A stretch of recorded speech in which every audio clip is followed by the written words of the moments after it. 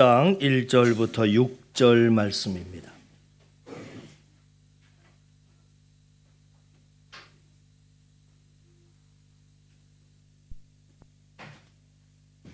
여호수아서 1장 1절부터 6절입니다.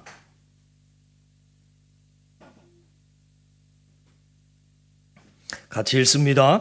여호와의 종 모세가 죽은 후에 여호와께서 모세의 수종자 눈의 아들 여호수아에게 말씀하여 이르시되 내 종 모세가 죽었으니 이제 너는 이 모든 백성과 더불어 일어나 이 요단을 건너 내가 그들 곧 이스라엘 자손에게 주는 땅 그 땅으로 가라. 내가 모세에게 말한 바와 같이 너희 발바닥으로 밟는 곳은 모든 애가 너희에게 주었노니 곧 광야와 이 레바논에서부터 큰 강 곧 유브라데 강까지 해쪽 속에 온 땅과 또 해지는 쪽 대해까지 너희의 영토가 되리라. 내 평생에 너를 능히 대적할 자가 없으리니 내가 모세와 함께 있었던 것 같이 너와 함께 있을 것임이니라. 내가 너를 떠나지 아니하며 버리지 아니하리니 강하고 담대하라. 너는 내가 그들의 조상에게 맹세하여 그들에게 주리라 한 땅을 이 백성에게 차지하게 하리라. 아멘. 앞뒤 옆 사람 살피시면서 우리 같이 인사 좀 나누십니다. 맞습니다. 하나님께서 애굽의 왕 바로 왕의 노예로 있었던 이스라엘 백성을 출애굽시켜 주셨습니다. 중요한 것은 하나님께서 이스라엘 백성을 왜 애굽에서 꺼내 주셨냐면 가나안 땅에 들어가게 하기 위함이었습니다. 그러니까 광야는 가나안 땅을 갈 때 잠깐 거쳐가는 중간 경유지이지 최종 종착지가 아니라고 하는 거지요. 네, 그럼에도 불구하고 출애굽한 그 많은 이스라엘 백성 중에서 두 사람만 가나안 땅에 들어가게 되고 나머지는 전부 광야에서 엎드러져 죽고 말았습니다. 그러니까 정말 가야 할 종착지까지는 가지 못하고 중간 경유지에서 여호수아와 갈렙 두 사람 이외에는 다 죽었다는 말입니다. 여호수아와 갈렙은 가나안 땅까지 갔는데 왜 나머지 이스라엘 백성은 광야에서 다 죽었냐면 가장 큰 이유는 가나안 땅에 들어가고자 하는 마음 자체가 그들에게는 없었기 때문입니다. 그러니까 더 정확하게 말하자면 못 들어간 것이 아니라 들어가기를 거절한 것입니다. 그러면 왜 스스로 가나안 땅 들어가기를 거절했을까를 생각해 봤습니다. 첫 번째, 가나안 땅은 전쟁을 통해서만 얻을 수 있는 땅이기 때문입니다. 가나안 땅은 계속되는 전쟁을 통해서 얻을 수 있는 땅이었습니다. 모세가 12정탐꾼을 통해서 가나안 땅을 정탐했을 때 그곳은 거인들과 전쟁해야 얻을 수 있는 땅이라 하는 사실을 확인했습니다. 두 번째, 광야는 농사를 짓지 않아도 되는 땅입니다. 하나님께서 친히 날마다 만나와 메추라기로 밥상을 다 차려주셨습니다. 그런데 가나안 땅은 자신들이 직접 땀을 흘려 수고하여 농사를 지어야 먹고 살 수 있는 땅입니다. 그래서 이스라엘 백성은 농사를 짓지 않아도 되고 더 중요한 전쟁을 하지 않아도 되는 광야를 택한 것입니다. 세 번째, 변화에 대한 두려움이 있었습니다. 지금까지 저들의 삶의 자리는 목축을 하며 살아왔는데 가나안 땅은 농업이 삶의 자리입니다. 농사를 지어야 하는데 저들은 한 번도 농사를 지어보지 않은 것에 대한 생소함이 있었던 것입니다. 그래서 그 변화에 대한 두려움이 저들로 하여금 광야를 택하도록 했다 하는 것입니다. 사람은 여러분 보이는 대로 보고 들리는 대로 듣는 것이 아니라 보고 싶은 것만 골라서 보고 듣고 싶은 것만 골라서 듣습니다. 그것은 여러분 우리의 신앙도 마찬가지입니다. 그러니까 목회자가 어떤 설교를 하느냐 하는 것도 중요하지만 어쩌면 더 중요한 것은 성도들이 무엇을 듣고자 하는지 성도의 마음 자세가 참 중요합니다. 예배당에 나올 때 정말 사모하는 마음으로 자원해서 나오는 사람도 있지만 이미 마음을 닫고 억지로 끌려 나오는 사람도 있습니다. 억지로 끌려 나온 사람은 예배당에 나와서 그들이 보고 싶고 듣고자 하는 것은 하나님의 말씀이 아니라 교회의 문제점입니다. 왜냐하면 마음이 즐겁지 않고 억지로 끌려 나왔기 때문입니다. 그러니까 끌려 나온 사람은 이미 나올 때 교회에 시비를 걸 문제를 발견하기 위해서 나오는 겁니다. 그래서 자신이 듣고 싶고 자신이 보고 싶은 그 교회의 문제점을 정확하게 찾아내서 그래서 나는 교회 다니기 싫어. 그래서 나는 당신이 교회 나가는 거 원치 않아. 그렇게 말하는 것입니다. 사람은 보는 대로 보고 들리는 대로 듣는 것이 아니라 보고 싶은 것만 골라보고 듣고 싶은 것만 골라 듣습니다. 이스라엘 백성들이 꼭 그랬습니다.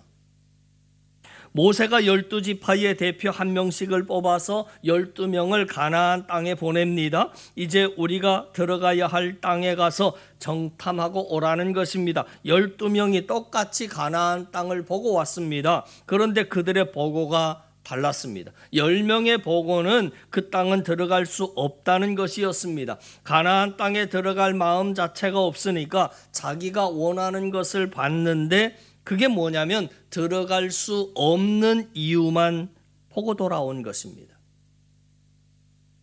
반면에 12정탐꾼 모두가 그렇게 보고한 것은 아닙니다. 10명이 그렇게 보고했고 남은 여호수아와 갈렙의 보고는 달랐습니다. 하나님이 우리에게 주시고자 하신 그 약속의 땅을 우리가 보고 왔는데 그 땅이 심히 아름다운 땅이다. 물론 거기에는 거인들이 살고 있는 건 맞지만 하나님이 우리를 기뻐하시고 하나님이 우리를 도와주시면 우리는 능히 취할 수 있는 땅이다. 올라가자. 이게 바로 여호수아와 갈렙의 보고였습니다. 여호수아와 갈렙 두 사람에게는 그 가나안 땅에 들어가고자 하는 강한 열망이 있었습니다. 그래서 정탐할 때 들어가야 할 이유가 보였던 것이고 승리할 수 있다는 계산이 나온 것입니다. 안타까운 것은 10대 2로 갈린 보고를 이스라엘 백성이 들었는데 우리는 앞서 사람은 보고 싶은 것만 보고 듣고 싶은 것만 듣는다고 말씀드렸는데 이스라엘 백성은 이미 들어갈 마음 자체가 없었습니다. 그래서 들어갈 수 있다는 2명의 보고를 택한 것이 아니라 들어갈 수 없다라고 말하는 10명의 보고를 받아들인 것입니다. 저는 이런 이스라엘 백성들의 모습 속에서 오늘 이 시대를 살아가는 우리의 모습이 똑같이 투영되고 있다고 생각합니다. 우리가 하나님의 은혜로 구원은 받았습니다. 다시 말해서 애굽에서 빠져나와서 지금 예배당에까지는 나왔습니다. 문제는 어두움의 권세에서 빠져나와서 예배당까지는 왔는데 정작 가나안 땅에 들어가려고 하는 마음이 없다 하는 것입니다. 하나님이 독생자 예수 그리스도를 통해서 아들의 생명과 우리의 생명을 맞바꾸신 은혜를 주셨을 때는 예수 믿고 너희들 일주일에 1시간씩 예배 드리고 적당히 헌금만 하면 된다. 나는 많은 거 원치 않는다. 그 정도만 신앙생활을 하면 된다. 하고 하나님께서 그 정도 차원의 목적을 가지고 구원의 은혜를 우리에게 베푸시지 않으셨다 하는 것입니다. 우리를 애굽에서 꺼내 있었을 때는 단순히 꺼내놓기만 한 것이 아니라 가나안에 넣으시려고 꺼내신 것입니다. 구원받은 우리를 단순히 그냥 예배당에 앉혀놓고 일주일에 1시간씩 예배드리고 적당히 헌금만 드리라 하는 차원에서 꺼내놓으신 것이 아니라 하나님께서 우리를 지금 어딘가에 넣고자 하는 우리의 가나안 땅이 있는데, 그 가나안 땅이 어디냐면 거룩함의 땅이고 사명의 땅입니다. 구원받은 우리가 차지해야 할 땅이 거룩함의 땅이고 사명의 땅이라고 하는 것은 이런 의미입니다. 신약 성경의 디도서 2장 14절의 성경은 이렇게 말하고 있습니다. 그가, 같이 읽어 나갑니다. 그가 우리를 대신하여 자신을 주심은 모든 불법에서 우리를 속량하시고 우리를 깨끗하게 하사 선한 일을 열심히 하는 자기 백성이 되게 하려 하심이라. 그랬는데 여기 보면 왜 우리를 애굽에서 꺼내 주셨냐면 가나안 땅으로 인도하기 위해서인데, 그 가나안 땅이 도대체 뭐냐라고 할 때 두 가지를 말하고 있습니다. 첫 번째, 우리를 깨끗하게 하사 그랬는데, 그 의미가 뭐냐면 예수님을 만나기 전에는 과거의 마귀를 닮았던 우리가 이제는 예수님 닮은 하나님의 자녀가 되기 위해서 그 거룩함이라는 가나안 땅으로 인도하기 위해서 저와 여러분들에게 구원의 은혜를 주셨다는 것입니다. 그래서 우리는 교회에 그냥 한 주에 한 번씩 출석하는 그 정도 차원의 수준에서 우리의 신앙이 안주하면 안 된다 하는 것입니다. 거룩함이라고 하는 가나안 땅을 향해서 어떻게 해서든지 나의 성품이 예수님의 성품을 닮아가기 위해서 우리는 끊임없이 전진해야 하는 것입니다. 그리고 우리를 구원하신 두 번째 이유는 선한 일을 열심히 하는 자기 백성이 되게 하려 하심이라. 이렇게 나와 있습니다. 이것 때문에 우리를 애굽에서, 죄악에서, 사단의 권세 가운데서 꺼내주셨다 하는 말씀입니다. 자, 그러면 여기서 말하는 여러분 생각에 선한 일 그랬는데, 그 선한 일이라고 하는 것이 뭐냐면 땅에 떨어진 쓰레기 주워서 쓰레기통에 넣는 것 선한 일입니다. 길을 잃고 헤매는 사람에게 길을 잘 안내해 주는 것도 선한 일입니다. 그러나 그 정도의 선한 일은 구원받지 않은 일반 사람들도 할 수 있습니다. 그렇다면 하나님께서 우리에게 기대하신 선한 일이라고 하는 것이 뭐냐면, 그것은 내가 먼저 복음을 살고 또 복음을 전하는 사명이 디도서 2장 14절에서 말하는 선한 일이고, 우리가 가야 할 사명의 가나안 땅이라고 하는 것입니다. 정리하자면 하나님이 우리를 세상의 죄악 가운데서 꺼내어서 이 예배당에 앉혀놓으신 이유가 있는데, 주일 예배만 간신히 출석하는 그런 광야 생활과 같은 신앙 생활을 하라고 우리를 꺼내신 것이 아니라 예수님 닮은 거룩함의 땅과 복음을 전하는 사명의 땅에 들어가라고 우리에게 구원의 은혜를 베푸셨음을 오늘 성경은 우리에게 말해주고 있는 겁니다. 그런데 오늘날 많은 성도의 삶을 보면 광야의 신앙생활을 하고 있습니다. 광야는 애굽도 아니고 가나안 땅도 아니고 어중간한 지점에서 세상에 한 달이 걸치고 있고 교회에 한 달이 걸치고 있는 모습이 바로 광야 인생입니다. 선한 싸움도 없습니다. 사명도 없습니다. 승리의 간증도 없습니다. 오직 내 욕심과 편안함이 제일인 삶, 그것이 바로 광야의 삶입니다. 차지도 뜨겁지도 않은 미지근한 광야 신앙 때문에 예수님께 책망받았던 라오디게아 교회처럼 어중간한 회색지대에서 끊임없이 영적으로 방황하며 죽어가는 모습이 오늘날 우리 안에 있지는 않습니까? 그래서 하나님께서 그런 우리를 향해서 말씀하십니다. 이제는 믿음 안에서 광야 생활의 마침표를 찍고 가나안으로 좀 들어가라 말씀하시는 겁니다. 이스라엘 백성이 광야 생활의 마침표를 찍고 가나안 땅에 들어가기 위한 마지막 관문이 요단강이었습니다.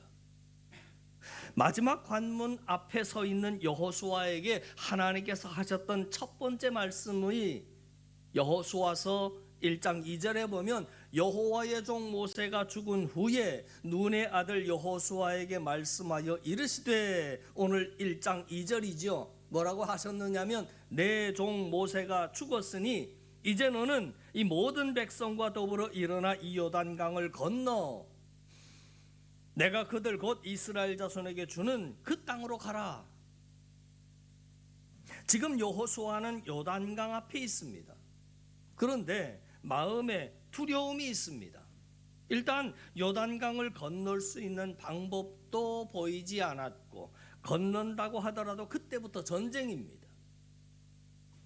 그래서 요단강 앞에 놓고 내가 이걸 건너야 하나 말아야 하나 하고 있는 여호수아에게 다시 한번 사명을 확인시켜 주고 있는 장면입니다. 저는 오늘 이 예배 자리에 나와 있는 우리가 여호수아를 향한 하나님의 말씀, 그 땅에 들어가라고 하는 말씀을 나를 향한 하나님의 말씀으로 받았으면 좋겠습니다. 이제 그 미지근한 광야 생활 그만하고 가나안 땅으로 들어가라는 겁니다. 광야에 있는 우리가 가나안 땅에 들어가려면 제일 중요한 것은 들어가고자 하는 마음이 있어야 합니다. 그러면 여러분께 한번 물어볼 테니까 마음속으로 한번 대답해 보시기 바랍니다. 여러분은 가나안 땅에 들어가고자 하는 마음이 정말 있으십니까? 오늘 말씀의 제목이 이렇게 붙었습니다. 정말 약속의 땅을 원하십니까? 하는 제목입니다. 요한복음 5장에 보면 예수님께서 38년 된 병자를 보시고 그 38년 된 병자를 고쳐주시기 전에 먼저 하신 질문이 있습니다. 누차 말씀드렸죠. 그 질문이 뭐냐면 네가 낫고자 하느냐 하는 질문이었습니다. 제가 그 성경 말씀을 처음 보고 진짜 어이가 없었습니다. 질문이 논리적으로 이해가 되질 않았기 때문입니다. 그런데 나중에 깨달았습니다. 이 병자는 38년이라고 하는 많은 세월이 흐르는 어느 시점에서 낫고자 하는 의지 자체를 잃어버린 것입니다. 예수님이 그것을 꿰뚫어 보셨습니다. 그의 큰 문제는 지금 못 걷는 것이 문제가 아니라 낫고자 하는 의지 자체를 잃어버렸다는 것을 예수님이 지적하신 겁니다. 지금 광야의 신앙생활을 하고 계신 우리의 가장 큰 문제점이 뭐냐면 어느 순간부터 가나안 땅에 대한 소망과 비전을 잃어버렸다 하는 것입니다.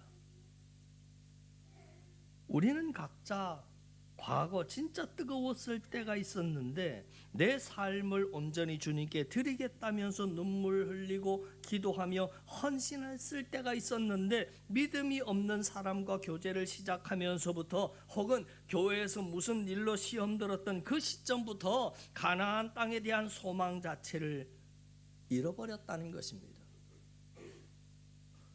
그렇게 광야에서 안주하며 살다 보니까 어느 순간 벌써 10년, 20년의 세월이 훌쩍 지나가 버렸고 이제는 어떤 변화 자체가 두려워진 것입니다.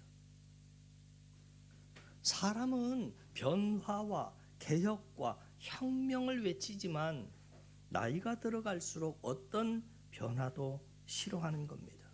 그래서 많은 성도가 오늘날 가나안 땅을 경험하지 못한 채 애매한 지점인 광야에서 진정한 신앙의 그 풍성함에 본편을 경험하지 못한 채 광야에서 그냥 가나안 땅의 예고편만 보다가 인생 끝나버리는 것입니다.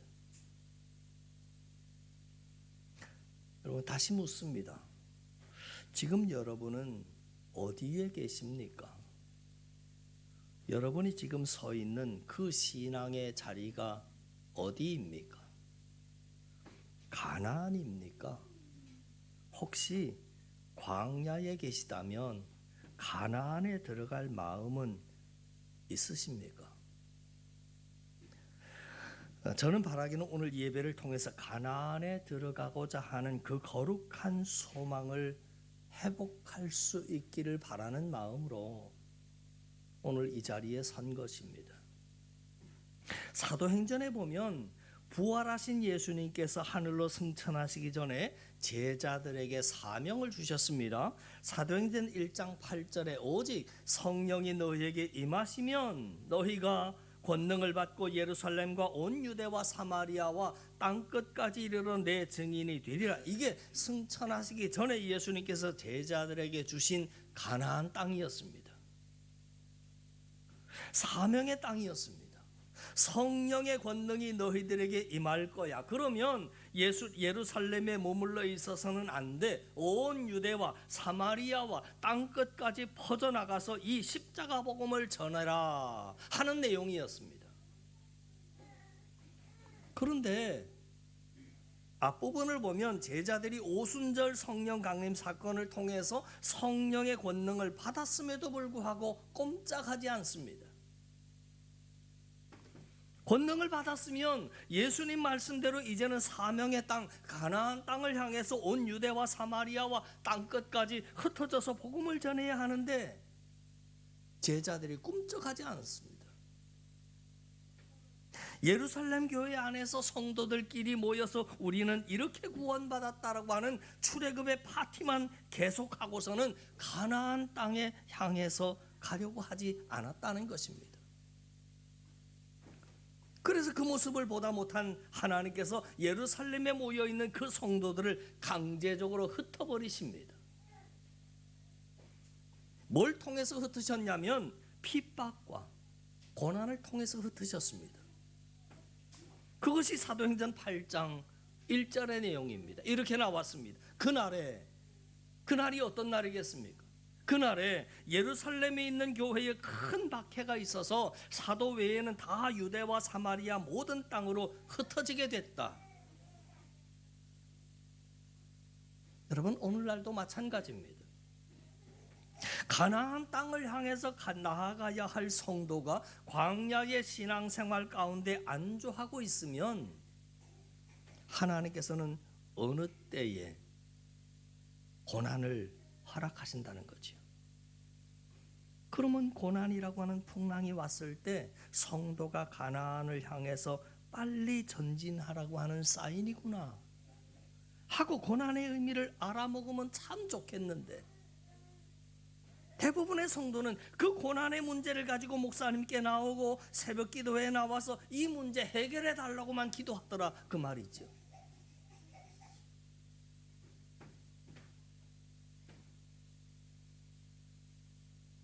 광야는 내 노력으로 가는 땅이 아니라 은혜로 거저 가는 땅입니다. 그러나 가나안은 은혜로 얻는 땅이 아니라 대가를 지불해야 하는 땅입니다. 여호수아와 갈렙처럼 대가를 지불해야 합니다. 그러면 그 대가가 뭐냐면 먼저는 그 땅을 밟는 대가를 치러야 합니다. 그 밟고 대가를 치르고 그 다음에는 전쟁을 하는 또 대가를 치러야 합니다. 보시죠. 3절 말씀을 보시면 이렇게 나왔습니다. 내가 모세에게 말한 바와 같이 너희 발바닥으로 밟는 곳은 모두 내가 너희에게 주었다. 이게 무슨 말이냐면 하나님께서 모세에게 어떤 땅을 주셨냐면 발바닥으로 밟는 땅을 주셨다 하는 것입니다. 이 말은 그러니 너도 가나안 땅을 차지하려면 내 발바닥으로 그 땅을 밟아야 해. 그 말입니다. 그리고 이어지는 6절입니다. 강하고 담대하라. 여호수아에게 말씀하시는데 왜 하나님께서 강하고 담대하라 말씀하시느냐면 요단강을 건너면 수많은 전쟁이 기다리고 있기 때문입니다. 강하고 담대하라 그 말은 전쟁 앞에서 물러서지 말고 전쟁을 치르는 대가를 지불하라고 하는 말입니다. 자, 그러면 그 땅을 얻을 수 있다는 겁니다. 오늘날 우리도 마찬가지입니다. 여러분이 광야의 신앙생활의 마침표를 찍고 싶다면 대가를 지불하셔야 합니다. 순종이라고 하는 대가, 신앙의 훈련이라고 하는 대가, 헌신이라고 하는 대가를 지불하셔야 합니다. 예배당에 나와서 설교 말씀을 듣고만 있지 마시고 받아 적지만 마시고 듣고 적었던 말씀을 순종해야 합니다. 순종이라고 하는 대가를 지불하셔야 합니다. 삶으로 살아내셔야 합니다. 그것이 진짜 신앙생활 아니겠습니까? 신앙생활은 하지 않고 열심히 듣기만 하고 받아 적기만 한다면 그건 신앙생활 아닙니다. 성경에 나오는 모든 하나님의 역사는 믿음의 사람이 순종의 대가를 지불했을 때 나타났던 것을 보게 됩니다. 그리고 여러분이 훈련의 대가도 지불하셔야 합니다. 일주일에 한 번 드리는 예배로 만족하지 마세요. 일주일에 1시간 노력해서 얻을 수 있는 것은 세상에도 없습니다. 학생이 일주일에 1시간 공부해서 뭘 이룰 수 있겠습니까? 일주일에 1시간 운동해서 군살도 빠지지 않습니다. 일주일에 1시간 운동해서 죄악의 지방 덩어리 빠져나갈 수 없습니다. 세상에 어떤 것도 훈련이라고 하는 대가를 치르지 않고 좋은 결과를 얻을 수 있는 것은 없다 하는 것입니다. 자녀들을 좋은 대학에 넣기 위해서는 학교 수업도 부족해서 학원을 보내고 시키면서 내 자녀 가나안 땅에 집어넣기 위해서 아무것도 안 하고 있다면 안 된다라고는 말씀을 드리고 있는 거지요. 광야는 가나안 땅에 비하자면 전쟁도 농사도 없는 편안한 땅이지만 하나님이 약속하신 땅은 아닙니다.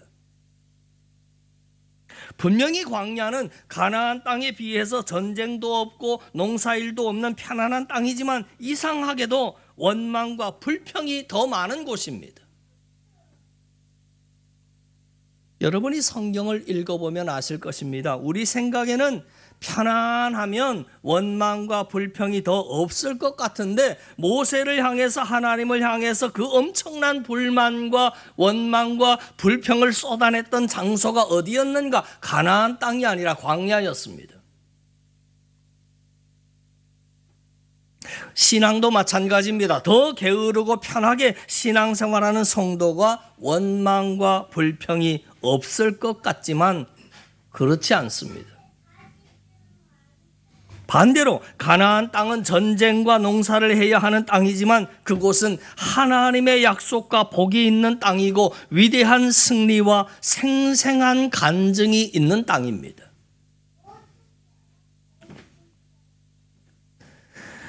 저는 우리 성도를 가나안 땅까지 인도하는 동행자가 되었으면 좋겠습니다. 애굽에서 나온 여러분과 함께 광야에서 적당히 편안하게 40년 동안 뒹굴다가 엎드러져 죽는 그런 목회하는 목사로 여러분 만드시겠습니까? 그러면 나름 함께 몸부림쳐야 하겠죠.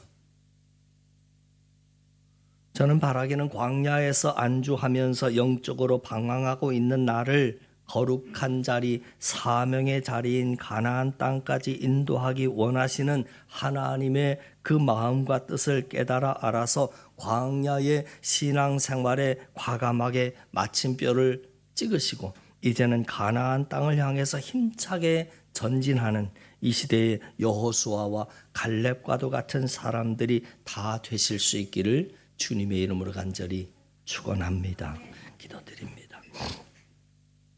하나님 아버지, 하나님이 우리를 세상의 죄악 가운데서 꺼내어서 이 예배당에 앉혀놓으신 이유는 주일 예배만 간신히 출석하는 그런 신앙생활 하라고 우리를 꺼내신 것이 아니라 예수님 닮은 거룩한 땅과 복음을 살고 전파하는 사명의 땅까지 들어가라고 우리에게 구원의 은혜를 베풀어 주셨음을 믿습니다.